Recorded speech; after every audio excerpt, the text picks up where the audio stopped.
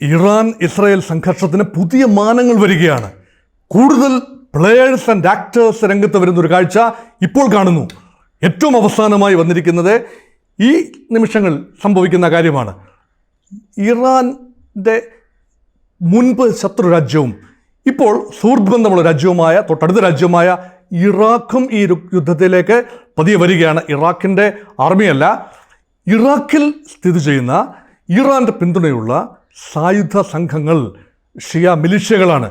അവരും യുദ്ധത്തിൽ അണിചേരുന്ന കാഴ്ച ഇപ്പോൾ പുറത്തുവിടുന്ന റിപ്പോർട്ടുകൾ വരുന്നു. അവർ ചേർന്നു എന്ന് മാത്രമല്ല, അവരുടെ ശക്തമായ ഡ്രോൺ ആക്രമണം കഴിഞ്ഞ നിമിഷങ്ങളിലുണ്ടായി. ആ ഡ്രോൺ ആക്രമണത്തിൽ 2 IDF ഭടന്മാർ മരിച്ചു. സംഭവിച്ചിരിക്കുന്നത് ഗോലാൻ കുന്നുകളിലാണ്. സിറിയയുടെ കയ്യിൽ നിന്നും ഇസ്രായേൽ കൈവശപ്പെടുത്തിയ 67 യുദ്ധത്തിൽ കൈവശപ്പെടുത്തിയ ഗോലാൻ കുന്നുകളിൽ ഇപ്പോൾ ഇസ്രായേലിൻ്റെ കൈവശമാണ്. അവിടെ IDFൻ്റെ ഇസ്രായേൽ ഡിഫൻസ് ഫോഴ്സിൻ്റെ ശക്തമായ സാന്നിധ്യമുണ്ട്. അവിടെ 2 സൈനികർ ഡ്രോൺ ആക്രമണത്തിൽ കൊല്ലപ്പെട്ടു. 2 ഡ്രോണുകളാണ് വന്നത്. അതിൽ ഒരെണ്ണം ഇസ്രായേലിൻ്റെ അയൺ ഡോം സംവിധാനം വെടിവെച്ചിട്ടു. മറ്റേ ഡ്രോൺ ലക്ഷ്യത്തിൽ പതിച്ചു. 2 ഇസ്രായേൽ സൈനികരും അതുപോലെ 24ഓളം ഇസ്രായേലി ഭടന്മാർക്ക്, IDF ഭടന്മാർക്ക് പരിക്കേറ്റിരിക്കുന്നു. ഇത് കഴിഞ്ഞ ദിവസം മറ്റൊരാക്രമണത്തിൽ, ഹിസ്ബുള്ളയുടെ ആക്രമണത്തിൽ 8 IDF ജവാന്മാർ വീരമൃത്യു വരിച്ചു എന്ന് ഇസ്രായേൽ അംഗീകരിച്ചിരിക്കുന്നു. അപ്പം അങ്ങനെ ഇസ്രായേലിനെ സംബന്ധിച്ചിടത്തോളം ഏതാണ്ട് ഏകപക്ഷീയമായിരുന്നു യുദ്ധം.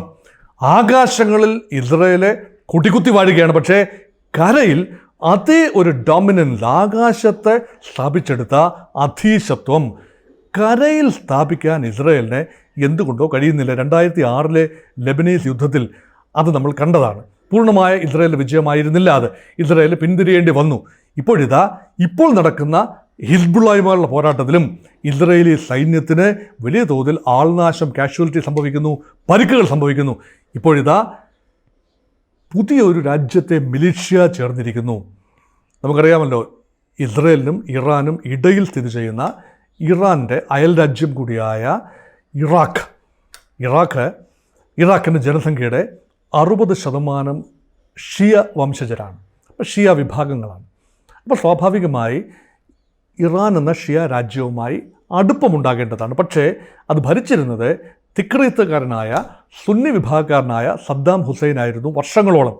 അപ്പോൾ നമുക്ക് ഇറാൻ എന്ന അറബ് രാജ്യം ഒരു സുന്നി രാജ്യമാണ് എന്ന പ്രതീതിയാണ് പലർക്കും ഉണ്ടായത്. പക്ഷേ അത് പൂർണ്ണമായും ശരിയല്ല. ഇപ്പോഴത്തെ ഭരണകൂടം ഷിയാക്കൾക്ക് നിർണായക സ്വാധീനമുള്ള ഒരു ഭരണകൂടമാണ് ഇറാഖിൽ ഇപ്പോൾ ഭരണത്തിലിരിക്കുന്നത്. അപ്പോൾ അവർ ഒരു പരിധിവരെ ഇറാനോട് ചേർന്ന് നിൽക്കുന്ന രാജ്യമാണ്. പ്രകടമായ യുദ്ധത്തിൽ പങ്കെടുക്കുന്നില്ല. പക്ഷേ ഷിയ ഗ്രൂപ്പുകൾക്ക്, ഇറാൻ പിന്തുണയ്ക്കുന്ന ഷിയ ഗ്രൂപ്പുകൾക്ക് നല്ല പോലെ പ്രവർത്തിക്കാനുള്ള വളക്കൂറുള്ള മണ്ണ് കൂടിയാണ് ഇറാഖിൻ്റെ മണ്ണ്. ഇറാഖിൻ്റെ വടക്കൻ പ്രദേശം ഖുർദ് മേഖലയിൽ വലിയ തോതിൽ ഇറാഖിനെതിരെ, ഭരണകൂടത്തിനെതിരെ കാലാകാലങ്ങളിൽ ആക്രമണം ഉണ്ടാകാറുണ്ട്. അത് ഇറാഖിൽ മാത്രമല്ല, ഇറാഖിലും സിറിയയിലും ടർക്കിയിലും ഇറാനിലും എല്ലാം ചിതറിക്കിടക്കുന്ന ആ മേഖല, ഇത് 4 കൂടുന്ന ജംഗ്ഷനാണ് ഖുർദ് മേഖല. അപ്പോൾ ഖുർദ് മേഖല അത് എണ്ണസമ്പുഷ്ടമായ മേഖല കൂടിയാണ്. ആ മേഖലയിൽ വലിയ തോതിൽ ആഭ്യന്തര സംഘർഷം നടന്നു. കുർദുകൾ പലായനം ചെയ്യേണ്ടി വരുന്നു. ആർക്കും വേണ്ട ഒരു കുർദിസ്ഥാൻ, സ്വതന്ത്ര കുർദിസ്ഥാൻ വേണമെന്നവർ ആഗ്രഹിച്ചു. പക്ഷേ അത് ഈ 4 രാജ്യങ്ങളും അവരുടെ ഭൂമി വിട്ടുകൊടുക്കാൻ തയ്യാറല്ലാത്തത് കൊണ്ട് അത് നടക്കുന്നില്ല. എന്നാൽ അത് ആ മേഖലയോട് ചേർന്നുള്ള മേഖലയിലാണ് IS പിടിമുറുക്കിയത്. നമുക്കറിയാമല്ലോ, ഭീകര സംഘടനകളൊന്നും തന്നെ ഒരു രാഷ്ട്രമായി വളർന്നില്ല. അൽ ഖൈദ എന്ന ഭീകര സംഘടന കാബൂളിലും കാണ്ഡഹാറിലും താവളമടിച്ചു.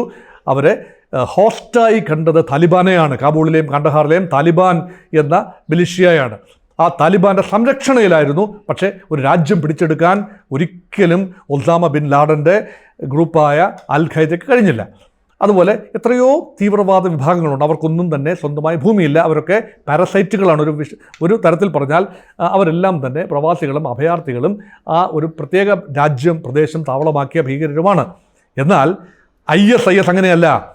ഇറാഖിൻ്റെ വടക്കൻ ഭാഗം, സിറിയയുടെ കിഴക്കൻ ഭാഗം, അവിടെ ഒരു നല്ല പങ്ക് മേഖല അവർ വെട്ടിപ്പിടിച്ചു. എന്നിട്ടൊരു ഖിലാഫത്ത് സ്ഥാപിച്ചുകൊണ്ട് അബൂബക്കർ അൽ ബഗ്ദാദിയെ അവർ ഖാലിഫായി പ്രഖ്യാപിച്ചു. 10-12 വർഷം മുമ്പാണ്. ആ ഒരു അവസ്ഥ മാറി പതിയെ അമേരിക്കൻ ഇടപെടലുണ്ടായി. അങ്ങനെ തീവ്ര സുന്നി വിഭാഗമായ ഈ പറയുന്ന ഖലിഫേറ്റ് വിഭാഗക്കാരായ IS ആളുകളെ, ഇസ്ലാമിക് സ്റ്റേറ്റ് തീവ്രവാദികളെ ഏതാണ്ട് മെരുക്കിയിരിക്കുന്നു. പക്ഷേ ഇസ്ലാമിക് സ്റ്റേറ്റിന് നേരെ കടക വിരുദ്ധമായി നിൽക്കുന്ന ഫോഴ്സുകളാണ് ഇറാൻ പിന്തുണയുള്ള ഷിയ വിഭാഗം. ഇസ്ലാമിക് സ്റ്റേറ്റ് ഷിയാക്കാരെ അംഗീകരിക്കുന്നില്ല. ഇസ്ലാമിക് സ്റ്റേറ്റ് അമേരിക്കയുടെ മാത്രമല്ല, ഇസ്രായേലിൻ്റെ മാത്രമല്ല, അവർ ഇറാൻ്റെയും അജാന്ത ശത്രുവാണ്. They attack United States of America's interest, they attack Zionist interest, they are against republican form of government. അവർ രാജഭരണങ്ങൾക്കെതിരാണ്, റിപ്പബ്ലിക്കൻ ക്രമങ്ങൾക്കെതിരാണ്. അതുകൊണ്ട് ഇറാനെ അംഗീകരിക്കില്ല, സൗദി അറേബ്യയുടെ രാജാവിനെ അംഗീകരിക്കില്ല. അവരൊരു ഖാലിഫിൻ്റെ കീഴിൽ ലോകം മുഴുവൻ വ്യാപിക്കണം. ഇസ്ലാം ഒരു ഖാലിഫിൻ്റെ കീഴിൽ ശരീഅത്ത് അനുസരിച്ച് ലോകം മുഴുവൻ പാലിക്കണം. Temporal, political, religious and all power should converge on caliph. അങ്ങനെ ഒരു സമസ്ത സുന്ദരമായ ഒരു ലോകമാണ് ഇസ്ലാമിക് സ്റ്റേറ്റ് വിഭാവനം ചെയ്യുന്നത്. പക്ഷേ അവർ പിന്നോട്ട് പോയ തക്കത്തിന് ഷിയ ഭൂരിപക്ഷ രാജ്യമായ ഇറാഖിൽ ഇന്ന് ഷിയ ഗ്രൂപ്പുകൾ സജീവമാണ്. ഇറാഖിൽ മാത്രമല്ല, സിറിയയിലും ഷിയ ഗ്രൂപ്പുകൾ സജീവമാണ്. ഈ ഷിയ മിലിഷ്യകളെ, ഹിസ്ബുള്ള ഷിയ മിലിഷ്യയാണല്ലോ, അതുപോലെയുള്ള ഹിസ്ബുള്ളയ്ക്ക് സമാനമായ ഷിയ മിലിഷ്യകൾ ഇറാഖിലും സിറിയയിലും ഉള്ള മിലിഷ്യകളെ താങ്ങി നിർത്തുന്നത് ഇറാനാണ്. അപ്പോൾ ഇസ്രയേലിനെ ഒരു പോർമുഖത്തിൽ മാത്രം നിന്ന് യുദ്ധം ചെയ്താൽ പോരാ. ഹമാസ്, ഹിസ്ബുള്ള, ഹൂതീസ്, അതുപോലെ ഷിയ മിലിഷ്യകൾ ഇൻ ഇറാഖ് ആൻഡ് സിറിയ, 5 മിലിഷ്യകളോട് ഒരേ സമയം, ഒരു രാജ്യത്തോടുമല്ല, പക്ഷേ 5 മിലിഷ്യകൾ, ഇതെല്ലാം തന്നെ അറബി മേഖലയിലുള്ള രാജ്യങ്ങളാണ്, മിലിഷ്യകളാണ്, ഷിയകൾ ഫണ്ട് ചെയ്യുന്ന മിലിഷ്യകളാണ്. എല്ലാം ഷിയ മിലിഷ്യകളല്ല, പക്ഷേ ഷിയ രാജ്യമായി ഇറാൻ ഫണ്ട് ചെയ്യുന്ന മിലിഷ്യകളാണ്. അവരോട് മുട്ടമിട്ട് നിൽക്കേണ്ടി വന്നു. അതുകൊണ്ട് ഇപ്പോൾ ഇറാൻ ഇസ്രായേൽ സംഘർഷം കുറച്ചുകൂടി മൂർധന്യത്തിലായപ്പോൾ ഒന്നൊന്നായി തങ്ങളുടെ മിലിഷ്യകളെ ഉപയോഗിച്ച് ഇസ്രായേലിനെ സമ്മർദ്ദപ്പെടുത്തുന്ന ഇറാൻ്റെ ലേറ്റസ്റ്റ് തന്ത്രമാണ് ഇപ്പോൾ കാണുന്നത്. അപ്പം നമ്മൾ ചർച്ച ഈ ഹിസ്ബുള്ളയിലേക്കോ ഹമാസിലേക്കോ മാത്രം ഒതുക്കിയാൽ പോരാ. ഇസ്ലാമിക് ജിഹാദിലേക്കും അതുപോലെ മറ്റ് മിലിഷ്യകളിലേക്കും എല്ലാം കൂടി ആ ചർച്ച കൊണ്ടെത്തിക്കുന്ന ഒരു ഘട്ടത്തിലാണ്. അപ്പം ഇറാൻ പിടിമുറുക്കുകയാണ്. പിടിമുറുക്കുന്നു എന്ന് പറയുമ്പോൾ ഇസ്രായേലിനെ പരാജയപ്പെടുത്തുന്നു എന്ന അർത്ഥത്തിലല്ല പറയുന്നത്, മറിച്ച് ഒരു വിട്ടുവീഴ്ചയില്ലാത്ത രീതിയിൽ കൂടുതൽ സംഘർഷ മേഖല പടരുകയാണ്, വ്യാപനം സംഭവിക്കുകയാണ്. ആ വ്യാപനം സംഭവിച്ചാൽ സ്വാഭാവികമായി മറ്റ് ശക്തികൾക്ക് ഇക്കാര്യത്തിൽ ഇടപെടേണ്ടി വരും. അതുകൊണ്ട് ഗോലാൻ കുന്നുകൾ ഇന്ന് ശ്രദ്ധാകേന്ദ്രമായി മാറിയ പശ്ചാത്തലത്തിലാണ് ഈ വീഡിയോ ഇട്ട്. ഗോലാൻ കുന്നുകൾ എന്നും തർക്കവിഷയമാണ് എന്ന് പ്രേക്ഷകരെ ഞാൻ ഓർമ്മിപ്പിക്കുന്നു. കാരണം സിറിയയുടെ കൈവശമായിരുന്ന, സിറിയയും അതിനോട് അടുത്ത് കിടക്കുന്ന രാജ്യമല്ലേ, സിറിയയുടെ കൈവശമായിരുന്ന ഗോലാൻ കുന്നുകൾ ഇസ്രായേൽ വെട്ടിപ്പിടിച്ചതാണ്. അവിടെ ഇസ്രായേലി സെറ്റിൽമെൻറ്റുകളുണ്ടായി, IDFൻ്റെ സാന്നിധ്യമുണ്ടായി, അയൺ ഡോമിൻ്റെ കവറേജ് ഉണ്ടായി. ആ കവറേജിൽ വീണ്ടും വിള്ളൽ വീണിരിക്കുന്നു. ഒക്ടോബർ 2023 ഒരു വിള്ളൽ വീണു, വലിയ നാശനഷ്ടങ്ങളുണ്ടായി. ഒരു കരയാക്രമണത്തിലൂടെ പലസ്തീനിയൻസ് അല്ലെങ്കിൽ ഹമാസ് അകത്ത് വന്ന് 1200 പേരെ പിടിച്ചുകൊണ്ട് പോയി. 1200 പേരെ കൊന്നുകളഞ്ഞു, 250ഓളം പേരെ പിടിച്ചുകൊണ്ടുപോയി. അവരിൽ പലരും ഇപ്പോഴും മോചിതരായിട്ടില്ല. അത് വലിയ ഷോക്കാണ്. അതുപോലെ ഇറാൻ്റെ ഭാഗത്തു നിന്ന് 2 ആക്രമണങ്ങൾ, മിസൈലിൻ്റെ 2 ആക്രമണങ്ങൾ, 100ലധികം മിസൈലുകൾ ഏപ്രിലും, ഇപ്പോഴിതാ 182 മിസൈലുകൾ കഴിഞ്ഞ ഒക്ടോബർ 1 രാത്രിയിലും വീണിരിക്കുന്നു. അത് തുടരുകയാണ്. അതിനോടൊപ്പം തന്നെ പല മുന്നണികൾ തുറക്കേണ്ട ഒരവസ്ഥയിൽ എത്തി നിൽക്കുന്നു ഇസ്രായേൽ. അതുകൊണ്ടാണ് ഇപ്പോൾ ഇറാഖിൻ്റെ മിലിഷ്യകൾ കൂടി രംഗത്ത് വരുമ്പോൾ തീർച്ചയായും അടുത്ത പടി എന്താണ്?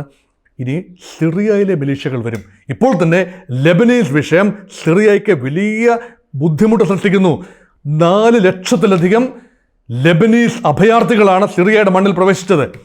അപ്പോൾ ഈ പണ്ടത്തെ സിറിയൻ റെഫ്യൂജി ക്രൈസിസ് നമുക്കറിയാമല്ലോ. ISISൻ്റെ ഒരു തേർവാഴ്ചയുടെ കാലത്ത് സിറിയയിൽ നിന്നും പലായനം ചെയ്ത് യൂറോപ്പിൻ്റെ പല ഭാഗത്തേക്ക് പോയ അഭയാർത്ഥികൾ അവർ യൂറോപ്പിൽ സൃഷ്ടിച്ച ഒരു സാഹചര്യം, ആ സാഹചര്യത്തിൻ്റെ ഒരു നാച്ചുറൽ കൊറോളറി ആൻഡ് റെസ്പോൺസ് എന്ന രീതിയിലാണ് ബ്രിട്ടൻ യൂറോപ്യൻ യൂണിയൻ പോലും വിട്ടുപോകേണ്ടി വന്നത്. അതുകൊണ്ട് ബ്രെക്സിറ്റ് സംഭവിച്ചത് ഇതുകൊണ്ടാണ്. എന്ന് പറയുന്നത് എന്താണ്? ഈ അഭയാർത്ഥികളെ ആ പ്രദേശത്ത് ഒതുക്കാനാവില്ല, അവർ യൂറോപ്പിലേക്ക് വരെ പോകും. അവിടെ ചെല്ലുമ്പോൾ യൂറോപ്യൻ രാജ്യങ്ങൾക്ക് അത് ബാധ്യതയാകും. അവർ ആ അഭയാർത്ഥികളുടെ ഭാരം പങ്കിട്ടെടുക്കേണ്ടി വരും. ഇതെല്ലാം തന്നെ സ്പൈറലിംഗ് കാസ്കേഡിംഗ് ഇഫക്റ്റാണ് ഉണ്ടാക്കുക.